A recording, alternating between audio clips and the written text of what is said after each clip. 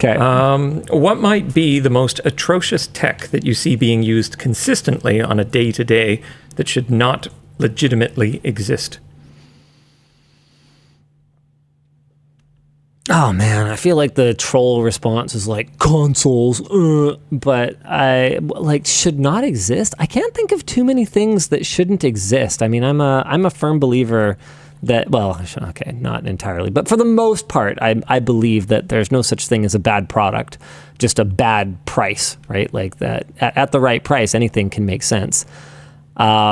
I mean, I hate seeing, any device that ships with, an out-of-date, insecure operating system on it. So, a lot of like really cheap Android devices that are running ancient versions of Android, that very much is used on a daily basis by many people. And do you mean like non-upgradable to a safe version? Yeah, exactly. Okay. Yeah. So things like we did a whole video on those sketchy like Android TV boxes and stuff like that are running ancient versions of Android that probably have backdoors and all kinds of phone home behaviors in them, and people buy them because they want to watch pirated streams and stuff like that. But what are they giving up? We don't even really know.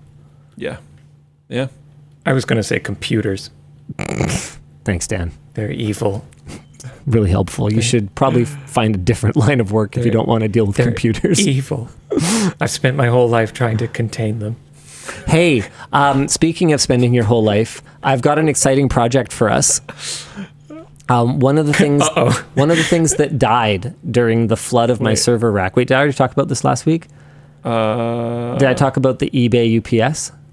I don't think so. No. Okay. You talked about the story of the thing dying. So I shot the video this week with my son, actually, was a helper, tearing down and checking the various systems for corrosion. Nice. And I'm not going to spoil too much of the video other than to say that it's going to blow your mind and it raises more questions than it answers. So make sure you watch it.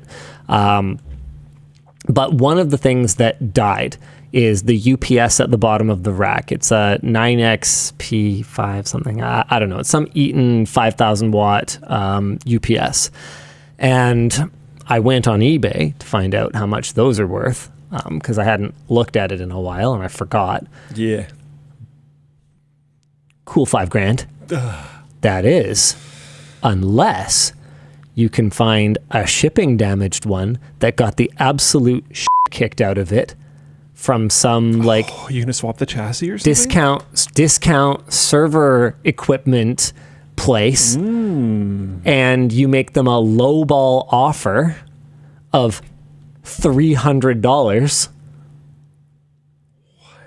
and then you use your good chassis, and you put non-water damaged boards in it. So Dan, do you want to build a UPS with me? Heck yeah, let's do it. All right. That sounds a lot of fun. Yeah. Dan has so much work to do. I'm going to save $4,300. That's a lot. Or $4,700. This does sound worthy of Dan's time. Stay the Path says, sounds dangerous AF. Why do you think I want Dan to help me? That man. He's going to make sure the caps don't discharge themselves into my eyeballs. I'll wear a red shirt. It'll be fine. Oh, no. Don't do that. Luke, we could use this as a like an exercise in figuring out the entire process. Oh, yeah. Dan could participate. Look at this guy. I don't even have to do tasking. All right, He just does it himself. Double work. Double work. More efficiency. Yes, boss. Could I have more work, please? Please, sir. No, you have to finish your first work before you can have more work. Give me your boots to lick. Oh, no.